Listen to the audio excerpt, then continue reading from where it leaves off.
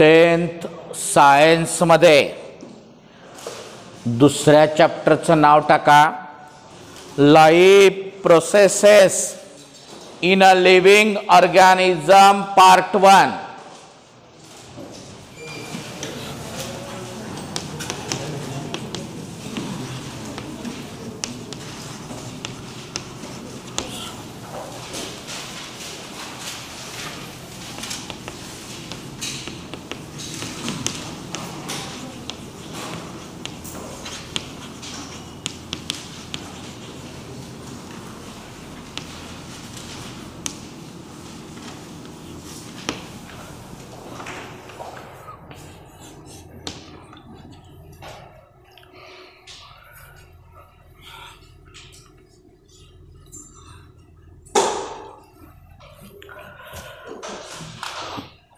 Life processes in a living organism part 1.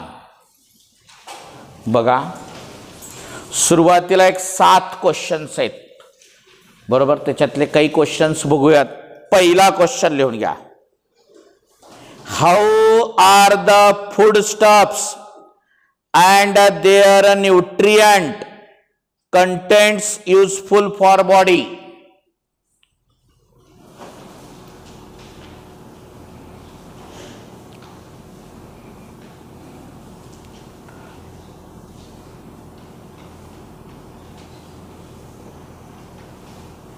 How are the foodstuffs and their nutrients content useful for body?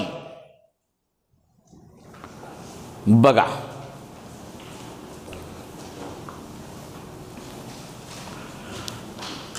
आपल्या बॉडीमध्ये, बॉडीसाठी food stuff म्हणजे अन्न पदार्थ मध्ये असणारे कोणते कोणते न्यूट्रिएंट्स कशा कशाला युजफुल असतात ते सांगा म्हणलं. न्यूट्रिएंट्स म्हणजे पोषक द्रव्य कोण आहेत? कार्बोहायड्रेट्स, फॅट्स, प्रोटीन्स, विटॅमिन्स आणि मिनरल्स. या प्रत्येकाचा आपल्या बॉडीमध्ये काही ना काही रोल आहे. त्याच्यापैकी कार्बोहायड्रेट आणि फॅट्स जे आहेत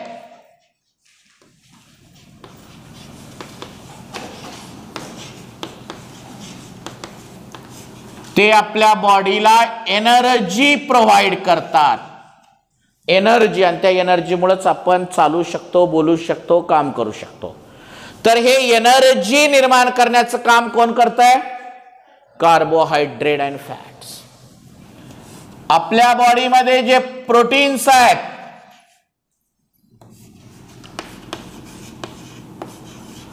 body building,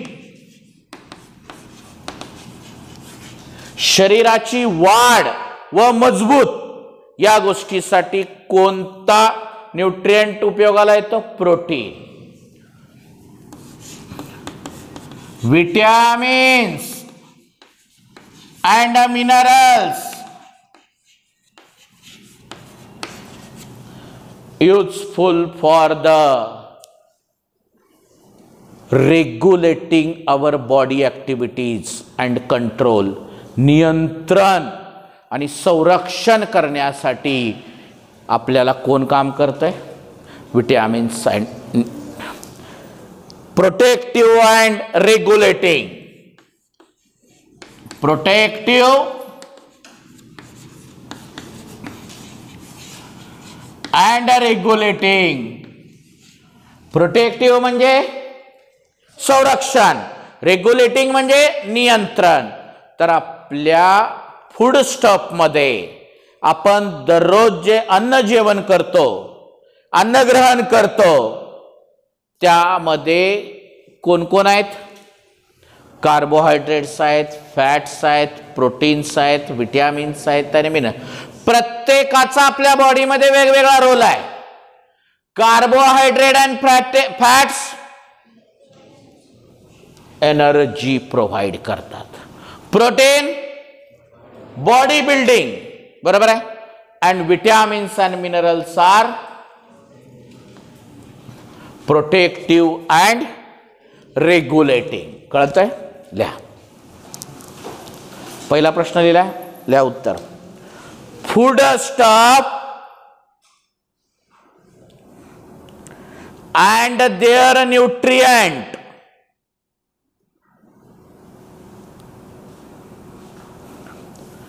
are required for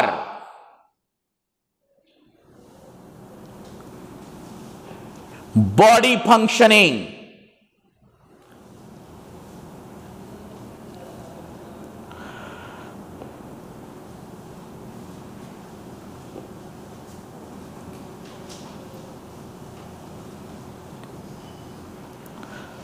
त्याच्यात नंबर 1 टाका. आता असं number 1,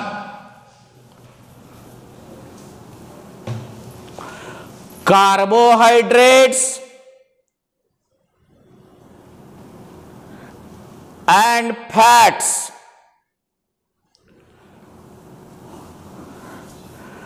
provide energy to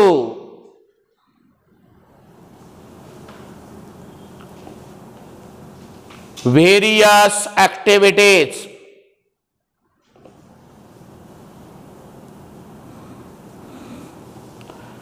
Number 2, double I. Protein is a body building nutrient. Body building nutrient.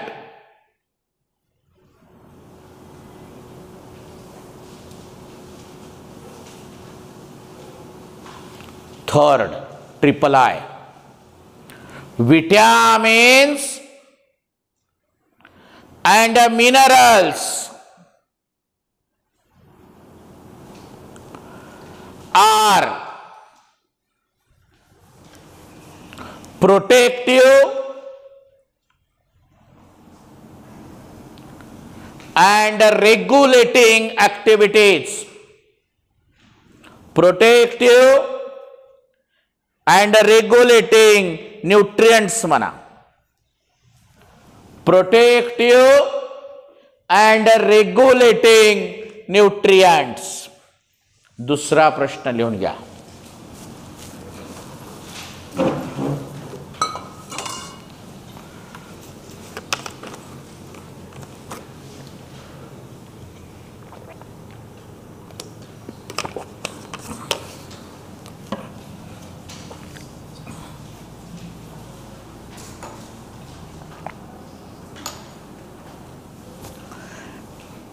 बघा, डाएट वेगळं आणि बॅलन्स्ड डाएट वेगळं. डाएट म्हणजे आपण फक्त अन्न खातो. बॅलन्स्ड डाएट म्हणजे आपल्या बॉडीला जे न्यूट्रिएंट लागतात ते त्या प्रमाणात खाणे, म्हणजे आपण त्याला म्हणतो बॅलन्स्ड डाएट.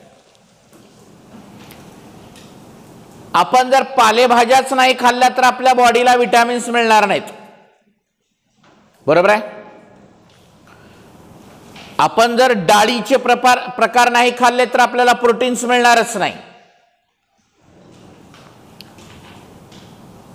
तर बॅलन्स्ड डाएट म्हणजे सगळे न्यूट्रिएंट्स आपल्या बॉडीला घेणं म्हणजे बॅलन्स्ड डाएट म्हणतो आपण.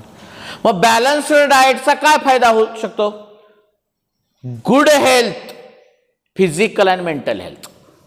आपली मेंटल हेल्थ आणि आपली फिजिकल हेल्थ चांगली राहते. To increase the capacity to do work, कार्य करण्याची क्षमता वाढते आपल्याला. अँड इम्युन्यू पॉवर सुद्धा वाढते. इम्युन्यू पॉवर म्हणजे प्रतिकार शक्ती. ज्यांची इम्युन्यू पॉवर चांगली होती, ज्यांची प्रतिकार शक्ती चांगली होती, त्यांना कोरोनाच्या काळामध्ये कोरोना झाला पण दुरुस्त पण झाला. जे कोरोनामध्ये दगावले त्यांची कुठंतरी इम्युन्यू सिस्टीम म्हणजे प्रतिकार शक्ती कमी होती. तर जर आपण बॅलन्स्ड डाएट घेतलो आपल्या दररोजच्या जेवणामध्ये तर आपली फिजिकल आणि मेंटल हेल्थ चांगली राहील. Capacity to do the work, काम करण्याची क्षमता चांगली होईल आणि इन्क्रीज द इम्युनिटी पॉवर आणि आपली प्रतिकार शक्ती वाढेल. कळलं? लिहा. Balanced diet, balanced diet is essential for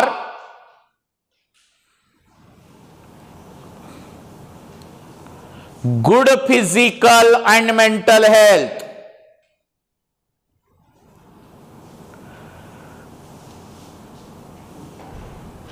Comma, increase the capacity to do work.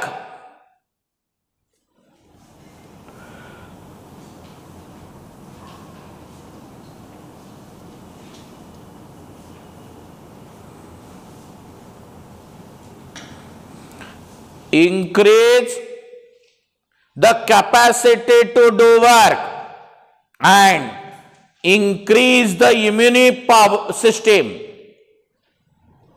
IMMUNIE immunity system, प्रतिकार शक्ती. झालं. तिसरा प्रश्न लिहून घ्या.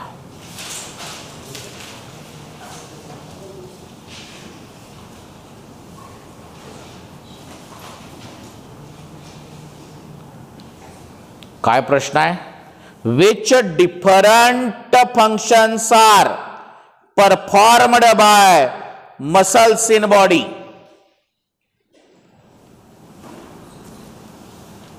Which different functions are performed by muscles in body?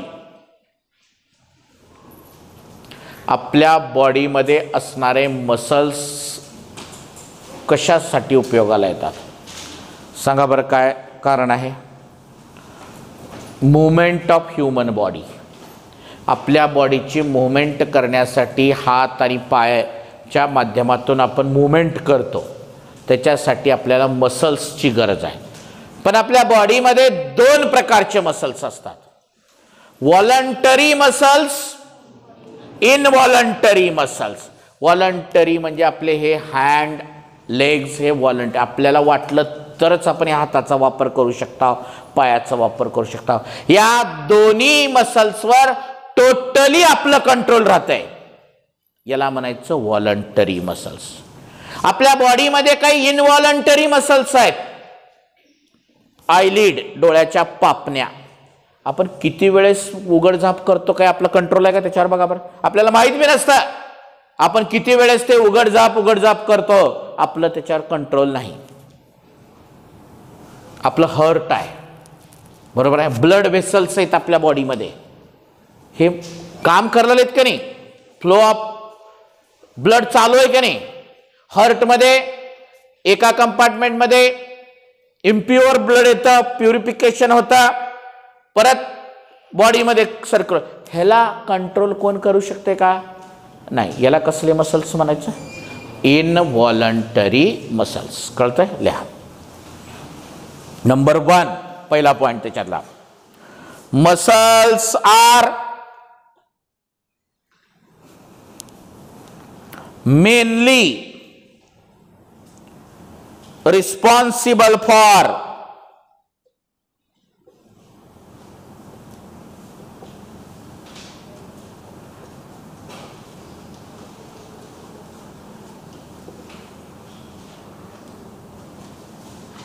movements of human body.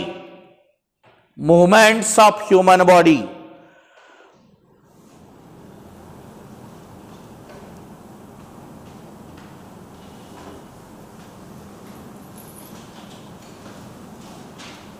Number 2, voluntary muscles. Voluntary muscles are responsible for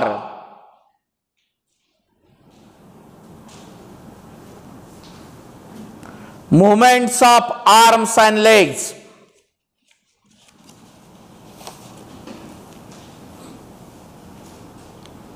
next तीसरा point, involuntary muscles R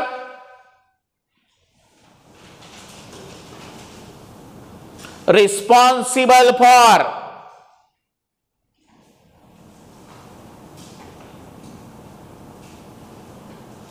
movement of eyelids,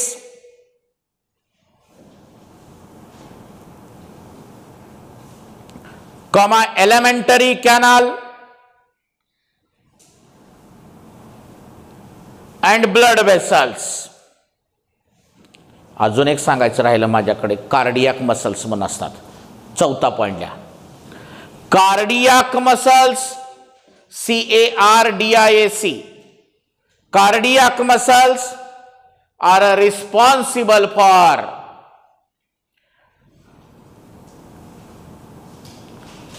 relaxation and contraction of heart. Relaxation and contraction of heart, म्हणजे आपल्या हार्टचं relaxation contraction चालू राहत आहे. याला कोणते muscles responsible आहेत आपल्या बॉडीमधले? चौथा प्रश्न, डायजेस्टिव्ह ज्यूसचं आपल्या डायजेस्टिव्ह सिस्टीम मध्ये काय महत्व आहे?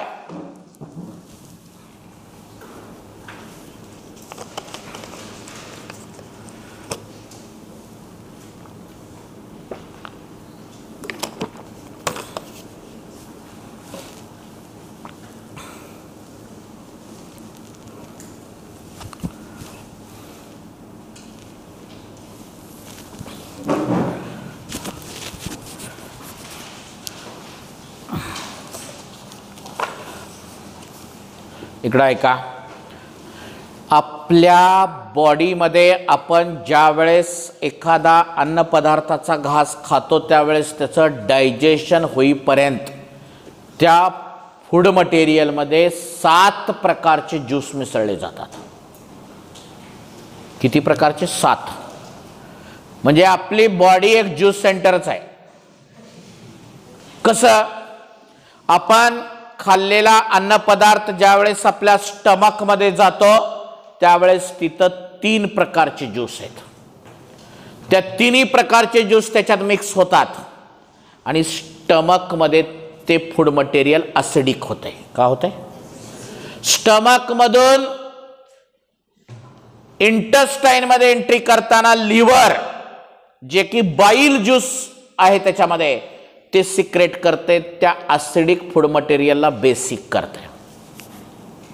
त्याच्या खाली पेंक्रियाज आहेत, त्या पेंक्रियाज मध्ये परत 3 ज्यूस आहेत, लायपेज, अमायलेज, अडिपेज. हे 3 ज्यूस त्याच्यात मिक्स होतात. म्हणजे आपण खाल्लेलं फूड मटेरियल मध्ये जोपर्यंत 7 प्रकारचे ज्यूस मिक्स होत नाहीत तोपर्यंत डायजेशन पूर्ण होत नाही. 3 ज्यूस कुठे आहेत? स्टमक मध्ये. स्टमक मधून बाहेर एंट्री करताना लिव्हर आहे, लिव्हर बाईल ज्यूस सिक्रेट करत आहे. त्याच्यात जरा खाली गेले की पेंक्रियाज आहे, पेंक्रियाज 3 प्रकारचे ज्यूस सिक्रेट करत आहे. आणि हे फूड मटेरियल मध्ये हे 7 ज्यूस मिक्स जर व्यवस्थित झाले तर त्या फूड मटेरियलचं डायजेशन होतंय. डायजेशन होतंय म्हणजे काय होतंय?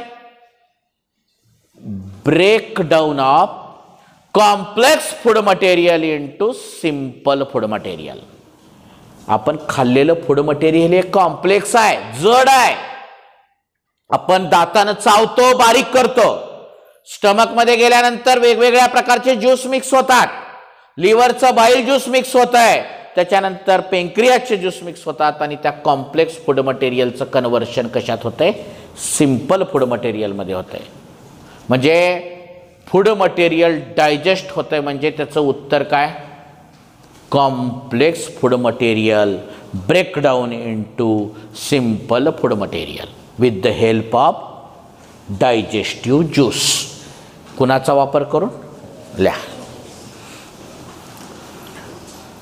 Digestive juice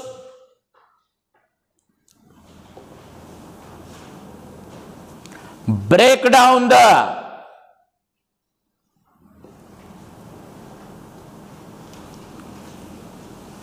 complex food material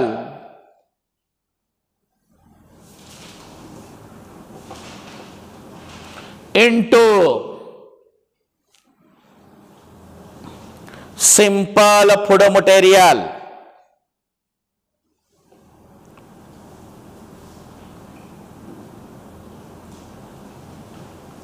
पाचवा प्रश्न लिहून घ्या. Which system is in action for removal of waste material produced in a human body? आपल्या ह्युमन बॉडी मधलं वेस्ट मटेरियल रिमूव्ह करणारी एक आपल्या बॉडीमध्ये सिस्टीम आहे. जसं डायजेस्ट करणारी डायजेस्टिव्ह सिस्टीम, बरोबर आहे, तसं आपल्या बॉडीमधलं वेस्ट मटेरियल रिमूव्ह किंवा एक्सरेट करण्यासाठी एक्सरेटरी सिस्टीम कोणती लिहा.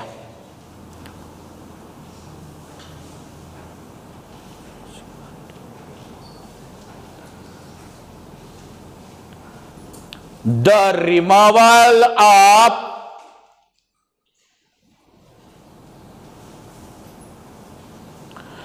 removal of waste material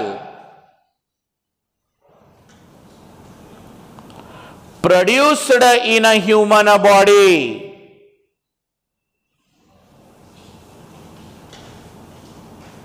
by excretory system, excretory, excretory system.